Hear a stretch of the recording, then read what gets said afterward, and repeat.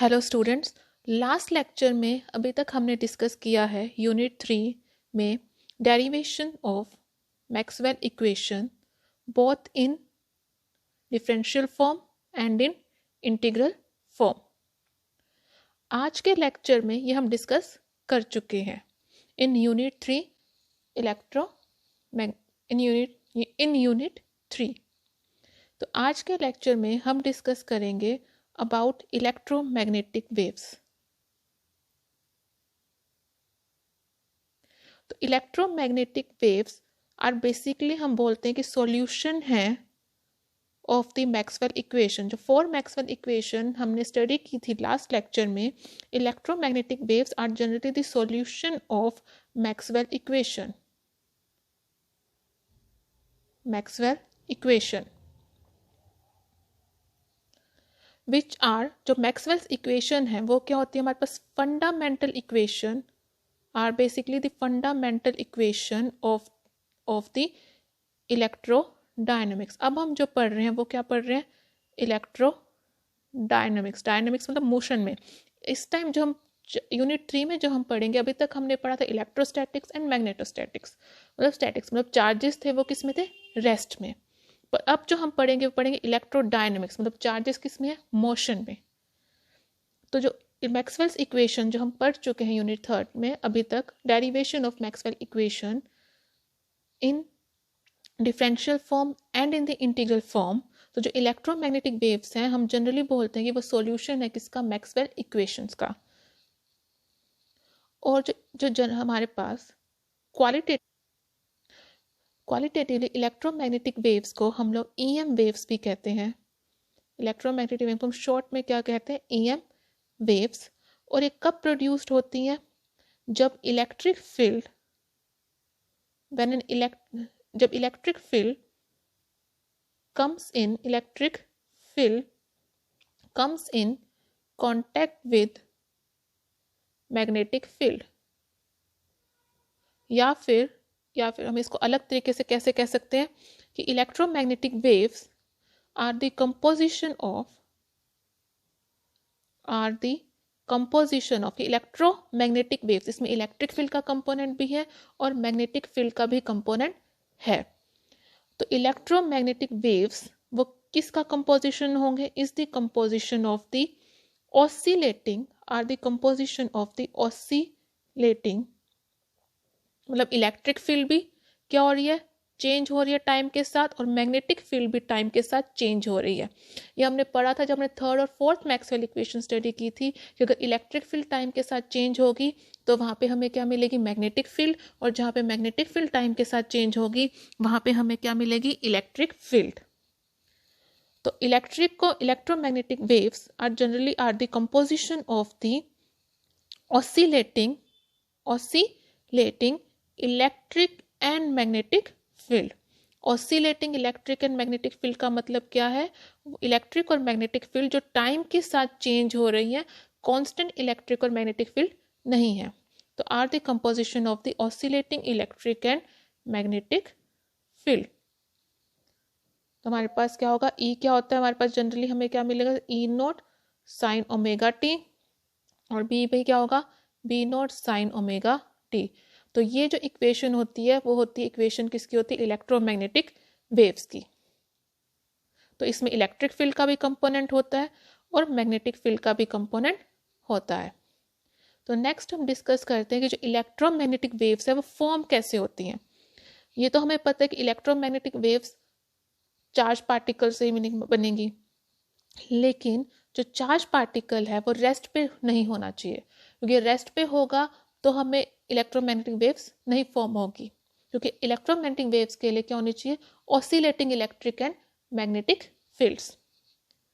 तो जो formation of electromagnetic waves है, फॉर्मेशन ऑफ इलेक्ट्रोमैग्नेटिक वेव्स, या शॉर्ट में हम क्या लिख सकते हैं, EM वेव्स। तो हमें कैसे फॉर्म होंगी, इलेक्ट्रोमैग्नेटिक वेव्स किससे प्रोड्यूस्ड होंगी, is produced by an accelerated charge particle. मतलब जो चार्ज पार्टिकल क्या है, मूव कर रहा है, produced by an accelerated charged particle produced by an accelerated charged particle. Clear है? तो जो इलेक्ट्रोमैग्नेटिक वेव्स है वो क्या है? कुछ भी नहीं है सिवाय कि इसमें एक इलेक्ट्रिक और मैग्नेटिक फील्ड्स हैं जो ट्रैवल कर रही हैं through free space with the speed of light. तो जो इलेक्ट्रोमैग्नेटिक वेव्स हैं वो क्या होती हैं हमारे पास? Is nothing, electromagnetic waves are nothing but क्या होंगे हमारे पास? क्या कौन कौन से कंपोनेंट होते हैं इसके अंदर? एक इलेक्ट्रिक फील्ड होता है और एक मैग्नेटिक फील्ड होते हैं. तो electromagnetic waves is nothing but electric and magnetic fields. मतलब इलेक्ट्रिक और मैग्नेटिक फील्ड्स क्या है? दोनों हैं. But electric field and magnetic field traveling through free space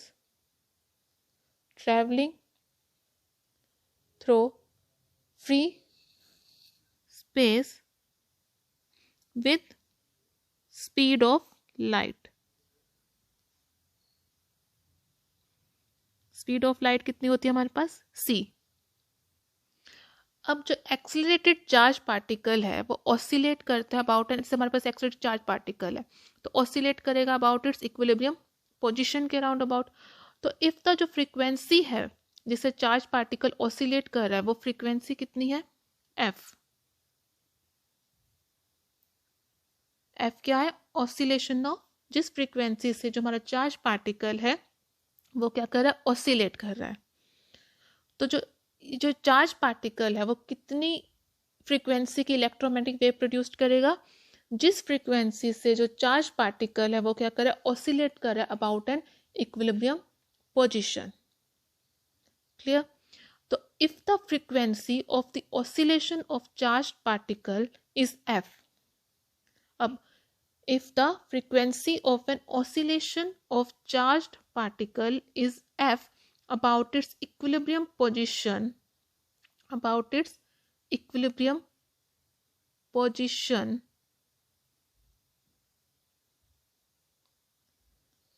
then it produces an electromagnetic wave. तो ये क्या पड़ेगा? कौन सी? produces an EM wave. कितनी फ्रीक्वेंसी होगी जो EM wave electromagnetic wave produce करेगा? विद फ्रीक्वेंसी, जिसकी फ्रीक्वेंसी कितनी होगी? With frequency f. और जो EM वेव हमें मिलेगी उसकी वेवलेंथ कितनी होगी? Lambda is equal to c by f. c क्या है? Velocity of electromagnetic wave. तो अगर हम इसको फिगर से दिखाएं तो हमारे पास इस तरीके से होता है.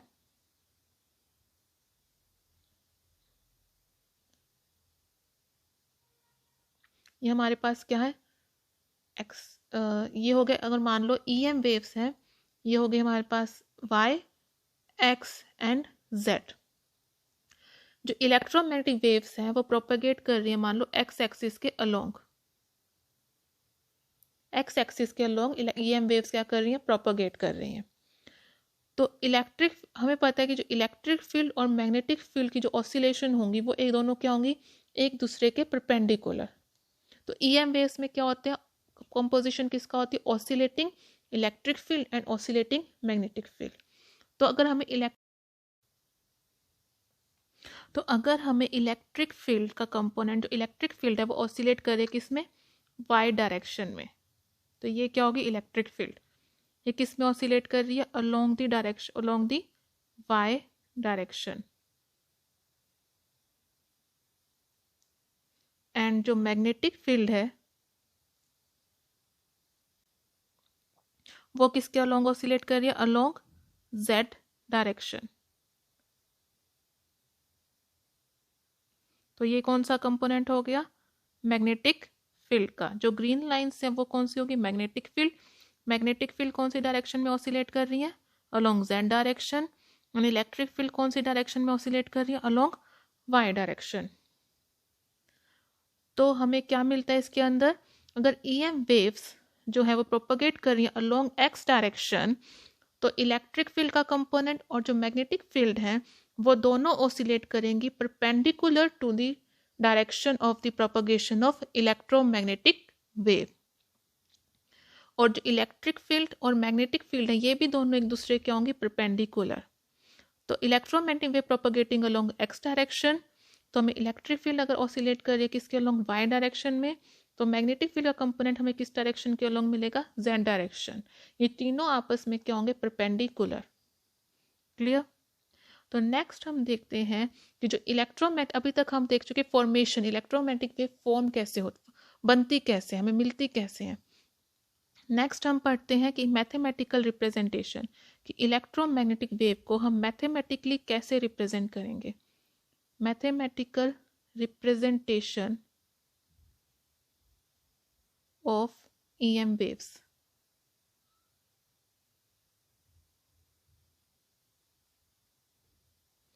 Mathematical representation of the electromagnetic wave. तो अ प्लेन इलेक्ट्रोमैग्नेटिक वेव, अ प्लेन EM वेव, शॉर्ट में हम क्या लिख सकते हैं, इलेक्ट्रोमैग्नेटिक वेव को EM वेव, ट्रैवलिंग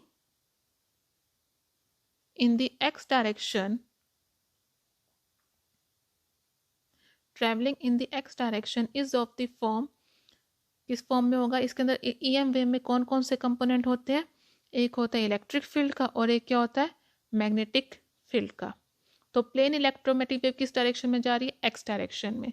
तो एक क्या होगा, electric field component E naught cos के x minus omega T plus phi, इसकी डायरेक्शन कौन सी होगी, वाई के अलोंग।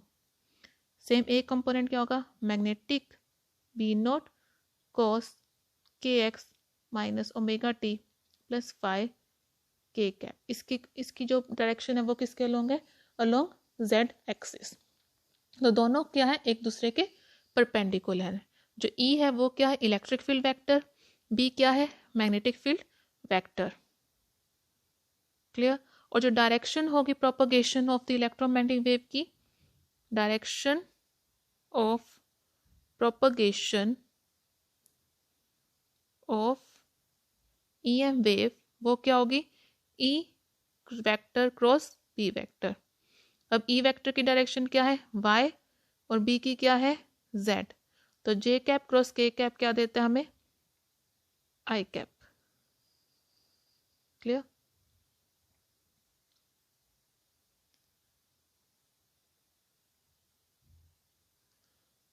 तो नेक्स्ट आता है हमारे पास EM वेव, हमने पढ़ा mathematical representation of electromagnetic wave. Next आता है हमारे पास इलेक्ट्रोमैग्नेटिक वेव इक्वेशंस।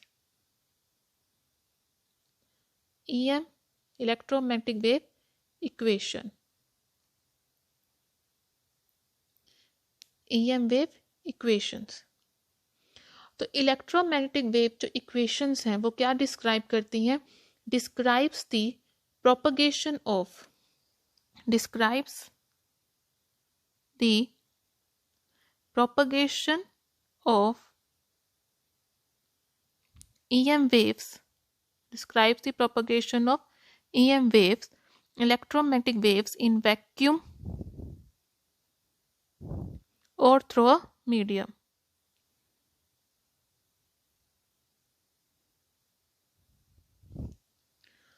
और EM वेव्स किस टाइप की होती है, homogeneous form of equation. Electromagnetic wave equation को हम कैसे लिखते हैं, homogeneous form of the equation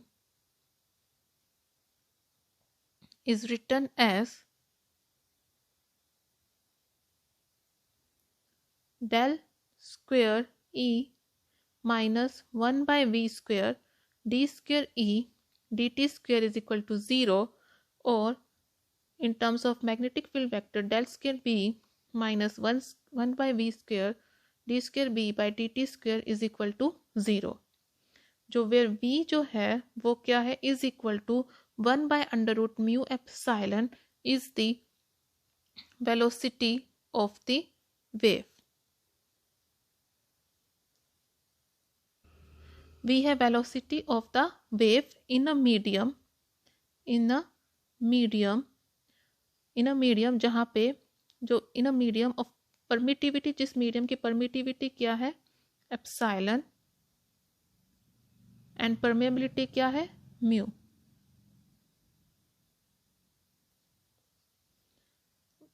और अगर हमारे पास फ्री स्पेस या वैक्यूम ले, वहां पे जो स्पीड ऑफ इलेक्ट्रोमैग्नेटिक वेव होगी वो किसके इक्वल होती है, is equal to speed of light.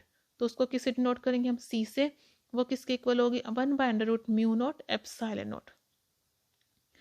सी क्या है, velocity of light, mu naught क्या है, एब्सोल्यूट परमेबिलिटी, और एप्सिलॉन नॉट क्या है, एब्सोल्यूट परमिटिविटी।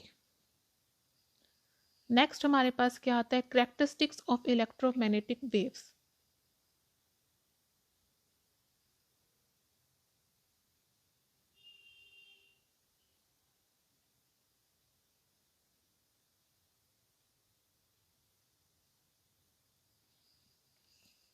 तो फर्स्ट क्या थी कैरेक्टरिस्टिक्स इसकी ईएम वेव्स की, कि electromagnetic waves produced by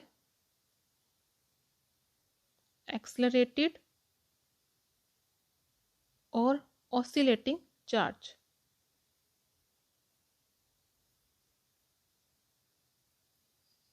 second क्या है, they do not require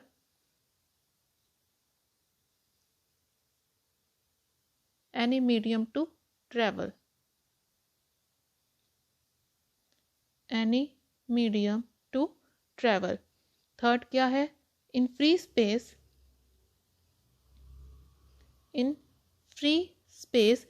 they travel with EM waves but travel with speed of light।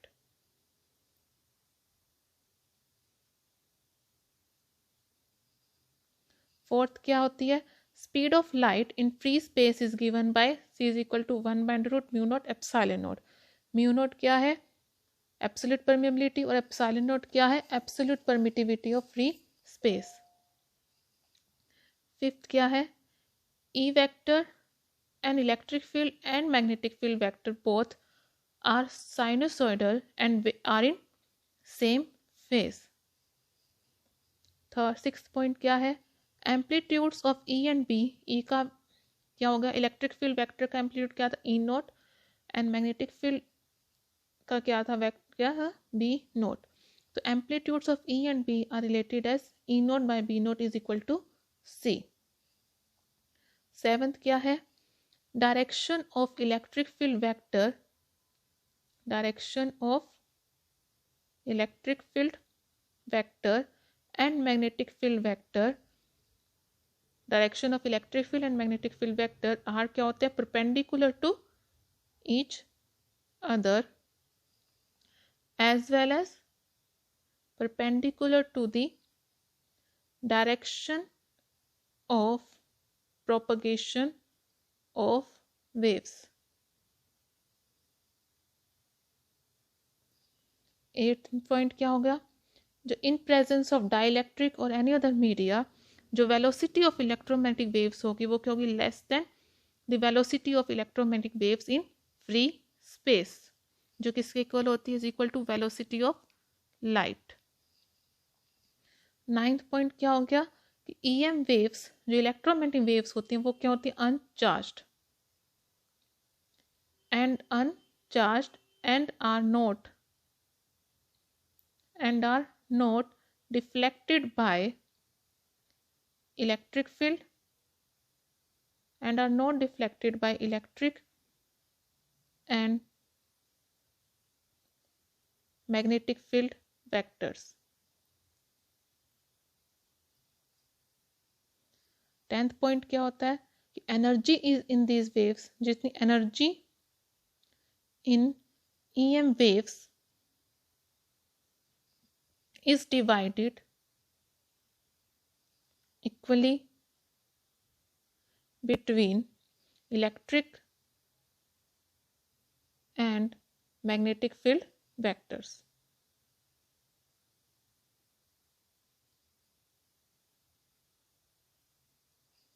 तो ये थी EM waves.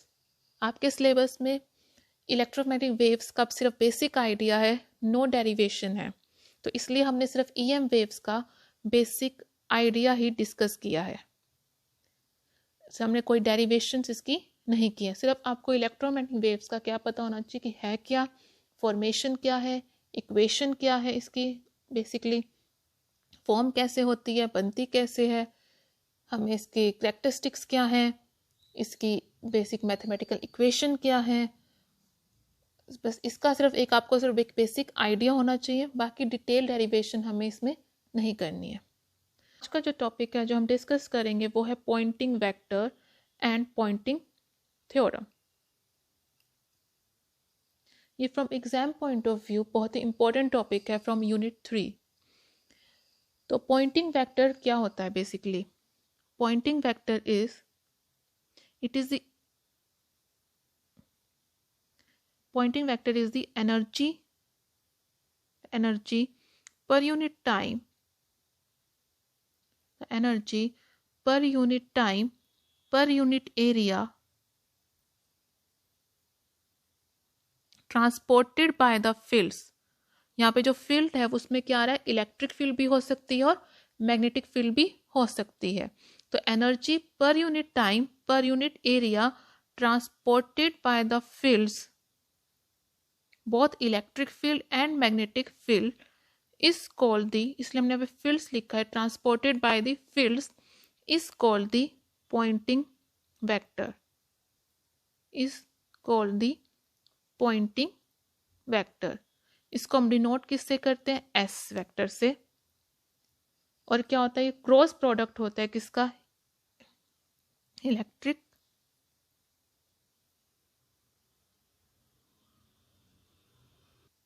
Cross product of electric field and magnetic intensity. तो H जो होता है in free space, जो B होता है वो किसके इक्वल होता है? Mu not H। तो हम इसको लिख सकते हैं E cross B divide by, इसके यूनिट्स क्या होंगे? वॉट पर मीटर स्क्वायर। क्लियर? अब नेक्स्ट आता है हमारे पास डेरिवेशन ऑफ पॉइंट, हमारे पास आता है पॉइंटिंग थ्योरम। अभी हमने पढ़ा पॉइंटिंग वेक्टर क्या होता है, अब हम पढ़ेंगे पॉइंटिंग थ्योरम। तो पॉइंटिंग थ्योरम के लिए, इसकी डेरिवेशन करने के लिए कि पॉइंटिंग थ्योरम है क्या, उसके लिए सबसे पहले हम क्या करेंगे, एक मीडियम लेंगे जिसको हम क्या करेंगे? डिफाइन करेंगे। तो हमने कौन सा मीडियम लिया है? हमने जो मीडियम लिया है वो क्या है? एक होमोजीनियस है, आइसोट्रोपिक मीडियम है, जिसकी परमिएबिलिटी है म्यू, परमिटिविटी है एप्सिलॉन एंड कंडक्टिविटी है सिग्मा। तो सबसे पहले हम क्या करेंगे? Consider a homogeneous and isotropic medium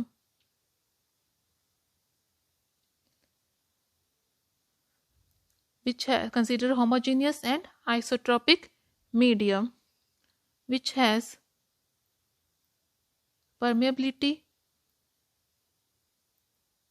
mu, permittivity epsilon and conductivity sigma. Clear?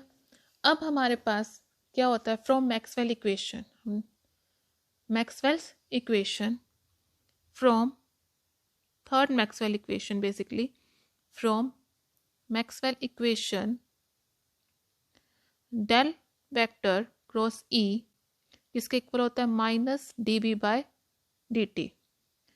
और पी जो है इन फ्री स्पेस किसके इक्वल होता है? Mu naught H. पर अभी हमारे पास जो मीडियम है उसकी जो परमेबिलिटी है वो कितनी है? म्यू। तो बी किसके इक्वल होगा? म्यू एच के। तो यहाँ पे हम क्या लिख सकते हैं? बी की जगह माइनस म्यू करली H D H by D T. Clear है? इसको हमने नाम दे दिया equation number 1। And fourth Maxwell equation हमारे पास क्या होती है? Del cross H is equal to J plus D D vector by D T. D किसके इक्वल होगा हमारे पास? एप्सिलॉन ई। तो ये क्या आ गया? J plus epsilon d E by D t. इसको हमने नाम दे दिया इक्वेशन नंबर 2। तो यहाँ पे ई था हमारे पास, यहाँ पे एच है, तो हम क्या करेंगे, स्केलर प्रोडक्ट लेंगे इक्वेशन 1 का, तो किसके साथ लेंगे, जो इक्वेशन 1 है इसका किसके साथ लेंगे स्केलर प्रोडक्ट, एच के साथ।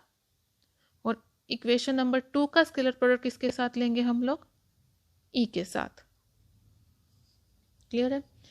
फर्स्ट का किसके साथ लेंगे, एच के साथ, और 2 का किसका लेंगे हम, ई के साथ। तो वही हम लिखेंगे कि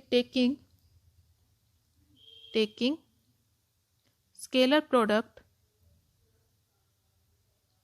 ऑफ इक्वेशन 1 विथ एच, तो क्या हो जाएगा आपके पास, H vector dot del cross E is equal to minus mu H vector dot D H by D T is equal to minus half mu d H square by D t. क्योंकि अगर हम देखें इसको, इस term को आप कैसे लिख सकते हो, जो ये टर्म है अगर हम इसको खोलें तो minus half mu H square है, क्या लिख सकते हैं आप, 2h D H by D T. अगर हम इसका डिफ्रेंशिएशन, तो यहाँ से 2 से 2 कैंसिल हो जाएगा, हमारे पास क्या आएगा, minus mu H dot D H by D T. तो इसलिए हमने क्या लिख दिया, हम इस टर्म को कैसे लिख सकते हैं,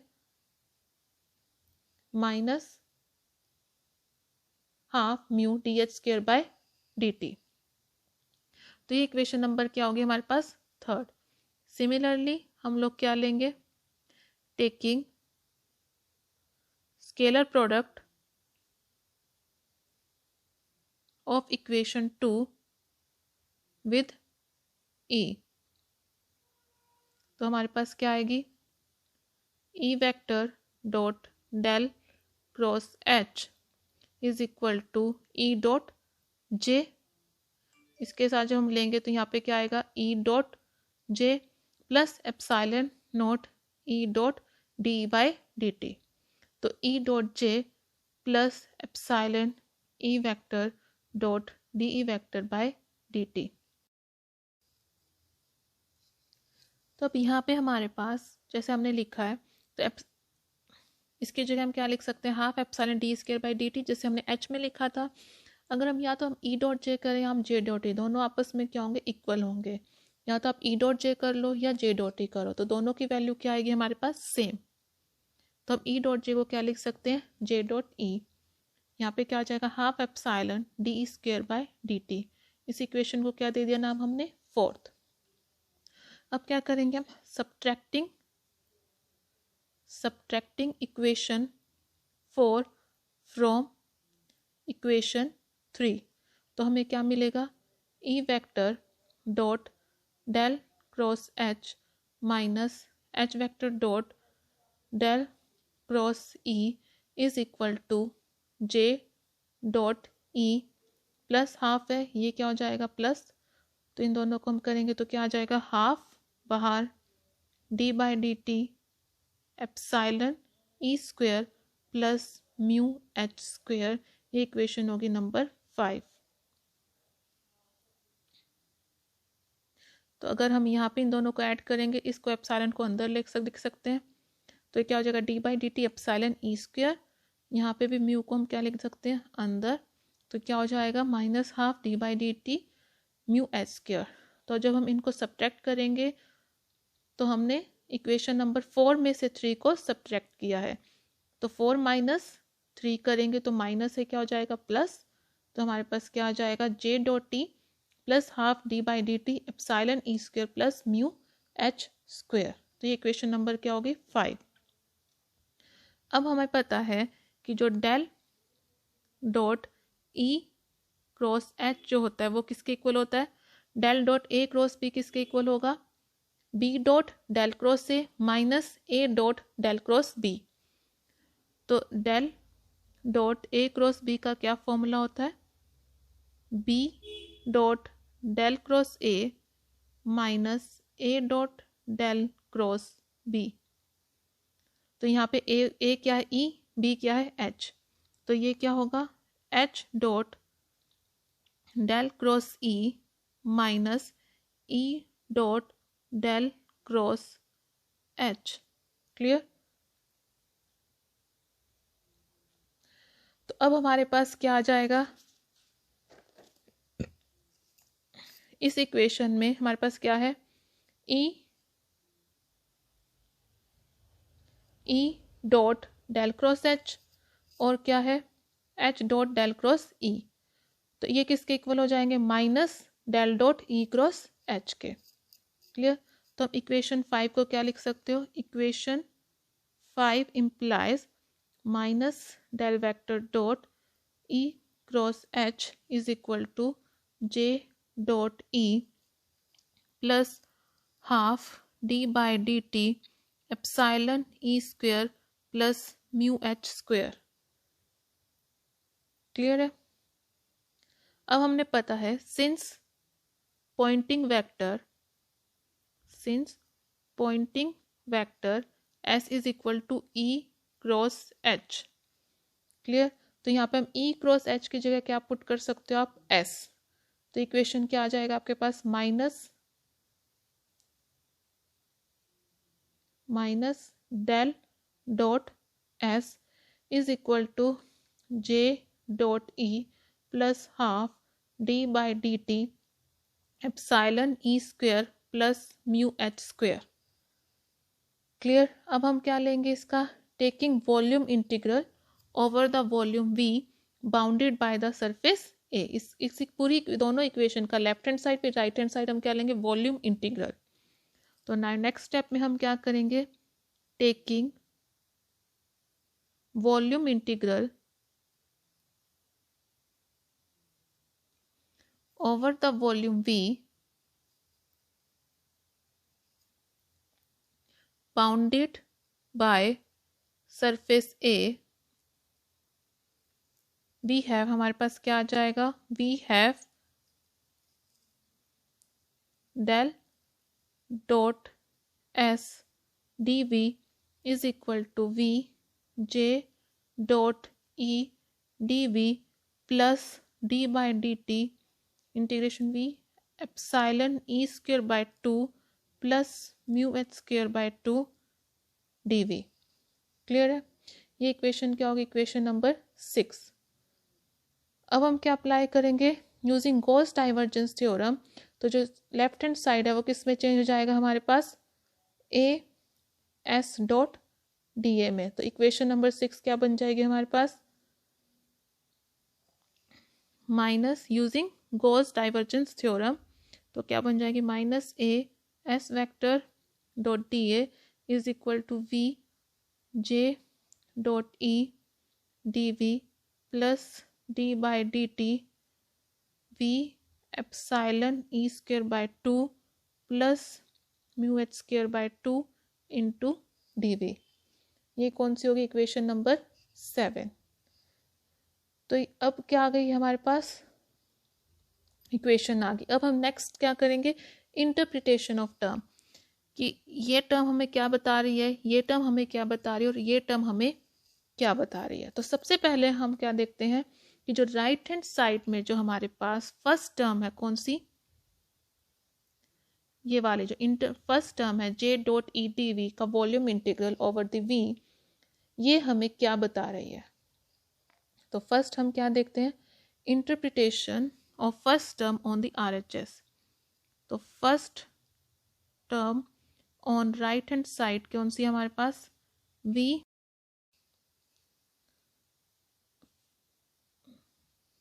तो अब हमारे पास अगर हम लें कोई चार्ज पार्टिकल है Q, तो इस चार्ज पार्टिकल Q के ऊपर कितना फोर्स लगेगा हमारे पास, लॉरेंज फोर्स कितना लगेगा, force on particle of charge Q कितना लगेगा हमारे पास, Q E plus V cross B। अगर हमने इसको, हमारे पास क्या हो गया, दोनों इलेक्ट्रिक फील्ड भी है मैग्नेटिक फील्ड भी है, फ्री स्पेस में रखा हुआ है। तो हमारे पास क्या, कितना फोर्स लगेगा उसके ऊपर, चार्ज पार्टिकल के ऊपर, accord Q E plus V cross B। Clear है। अब हमारे पास नेट, अगर हम फोर्स इतना लग रहा है तो कितना वर्क डन हमें करना पड़ेगा इस चार्ज को डिस्प्लेस करवाने के लिए अलोंग dr। तो कितना, अगर हमें इस चार्ज को डिस्प्लेस कराना है अलोंग स्मॉल डिस्टेंस dl, तो small amount of work done हमें कितना करना पड़ेगा, dw is equal to F dot dr। Clear. F कितना है हमारे पास, q E plus v cross B, और dl हम क्या लिख सकते हैं, इज इक्वल टू वेलोसिटी कितनी है चार्ज की, v इंटू टाइम टेकन कितना हो जाएगा dt, तो v इंटू dt। अब जो ये v क्रॉस है, हमें पता है v क्रॉस v किसके इक्वल होगा, 0, तो सेकंड टर्म किसके इक्वल आ गई 0, तो हमारे पास क्या आ गया dw q e dot v dt। अब हमें पता है कि q जो है वो किसके इक्वल होगा, रो इंटू डी, रो क्या है, वॉल्यूम चार्ज डेंसिटी, एंड जो रो v होता है, रो इंटू वी, वो किसके इक्वल होता है, j। इन सब वैल्यू को जब हम यहाँ पुट करेंगे तो हमारे पास क्या आ जाएगा, dw by D T is equal to the v j dot e into D V, तो वो किसके इक्वल आ जाएगा, j dot E into D V. तो जो फर्स्ट टर्म है हमारे पास राइट हैंड साइड में, वो किसके इक्वल है, rate of work done, rate of work done कौन कर रहा है, इलेक्ट्रोमैग्नेटिक फील्ड, इलेक्ट्रिक फील्ड और magnetic field, rate of work done by the electromagnetic field in displacing the charge. Charge को हम क्या कर रहे हैं, डिस्प्लेस कर रहे हैं, कि कितना वर्क जो है इलेक्ट्रोमैग्नेटिक फील्ड कर रही हैं in displacing the charge within the volume, in displacing the charge within the volume। Clear. अब हमारे पास क्या फर्स्ट टर्म का हो गया, हमारे पास हम देखते हैं कि interpretation of second term on right hand side. तो राइट हैंड साइड हमारे पास कौन सी टर्म है, अब सेकंड टर्म क्या है हमारे पास, d by D T V epsilon E square by 2 plus mu H square by 2 into D V. तो ये क्या है, सिंपल, ये हमारे पास क्या होगी, टोटल एनर्जी। तो ये क्या is the rate of change of the total energy. Electric field की एनर्जी कितनी होगी, हाफ एप्सिलॉन सी स्क्वायर, और मैग्नेटिक फील्ड की एनर्जी कितनी होगी, mu H square. Total energy कितनी होगी, half epsilon E square plus mu H square. तो ये क्या होगी हमारे पास, rate of change of total energy is the rate of change of total energy। Clear है। अब हेयर क्या है, epsilon E square two by क्या है, electric field energy per unit volume, और म्यू एच स्क्वायर बाय 2 क्या है, magnetic field energy per unit volume. तो total energy per unit volume क्या हो जाएगी, epsilon E square by 2 plus mu H square by 2। इसको हमने इक्वेशन नंबर क्या दे दिया, 9th। अब हमारे पास क्या आ गया, लेफ्ट हैंड साइड की टर्म रह गई। लेफ्ट हैंड साइड में कौन सी टर्म है हमारे पास, A S dot D A. तो A S dot D A, तो ये क्या रिप्रेजेंट कर रही है, ये रिप्रेजेंट्स कर रही है energy per unit time, energy per unit time crossing the, कितनी energy per unit time crossing the. Poynting vector क्या था हमारे पास, अगर याद है आपको, अब पॉइंटिंग वेक्टर क्या था हमारे पास, energy per unit time per unit area transported by the fields, कि कितनी एनर्जी, जो फील्ड्स हैं वो कितनी एनर्जी एक जगह से दूसरी जगह पे वो क्या कर रही है, ट्रांसपोर्ट कर रही है पर यूनिट टाइम एंड पर यूनिट एरिया। उसको हम क्या कहते थे, पॉइंटिंग वेक्टर। अब हमने पॉइंटिंग वेक्टर को एरिया से तो क्या कर दिया, मल्टीप्लाई कर दिया। तो एस क्या रिप्रेजेंट करता था, एनर्जी पर यूनिट एरिया पर यूनिट टाइम। तो एरिया से तो हमने इसको मल्टीप्लाई कर दिया।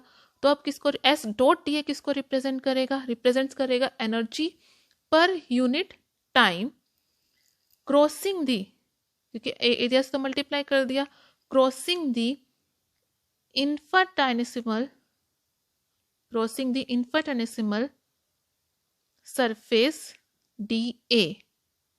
तो ये S डॉट डी ए क्या हो जाएगी, पावर फ्लक्स। एक हमारे पास स्मॉल एरिया है डी, उसमें से एनर्जी पर यूनिट टाइम कितनी निकल रही है, कितनी ट्रांसपोर्ट हो रही है। तो फ्लक्स बेसिकली क्या होता था, जब हमने इलेक्ट्रिक फ्लक्स पढ़ा था कि किसी एरिया में से कितने number of electric field lines क्या हो रही है, क्रॉस कर रही है। मैग्नेटिक फ्लक्स क्या होता था, किसी एरिया में से कितनी number of magnetic field lines क्या कर रही है, क्रॉस कर रही है। तो यहाँ पे मैं क्या बोल रहे हैं, पावर फ्लक्स, क्योंकि एनर्जी पर यूनिट टाइम हमारे पास क्या होता है, पावर। ठीक है, पता है एनर्जी पर यूनिट टाइम क्या होता है हमारे पास, पावर। तो कितनी एनर्जी पर यूनिट टाइम हमारे पास जो फील्ड की जो एनर्जी है, जो इलेक्ट्रोमैग्नेटिक फील्ड है, उनकी जो एनर्जी है, एनर्जी पर यूनिट टाइम, वो सरफेस डी में से कितनी क्या कर रही है, क्रॉस कर रही है। तो उसके लिए हमने इसको क्या बोल दिया, पावर फ्लक्स। तो यूजिंग इक्वेशन 9, तो जो हमारे पास सबसे ये इक्वेशन थी, E square by 2 mu S square by 2 की जगह अगर हम ये क्या लिख सकते हैं, यू लिख सकते हैं टोटल एनर्जी, तो क्या हो जाएगा, D U by D T. तो इक्वेशन नंबर 7 थी, उसको हम क्या लिख सकते हैं, implies minus A S dot D A is equal to V J dot E D V plus V D U by D T into D V. या फिर हम इसको अरेंज करें, अगर हम कैसे अरेंज कर सकते हैं, minus V J dot E D V is equal to A S dot D A plus D U by D T D V. तो ये इक्वेशन क्या है, this is the Poynting theorem. तो ये क्या है, दिस, तो जो ये इक्वेशन क्या हमें सिग्निफाई कर रही है कि time rate of change of, second equation क्या है हमारे पास, time rate of change of electromagnetic energy within certain volume plus क्या हो गया, time rate of energy flowing out through the boundary energy, क्योंकि एस डॉट डी क्या था आपके पास, पावर फ्लक्स।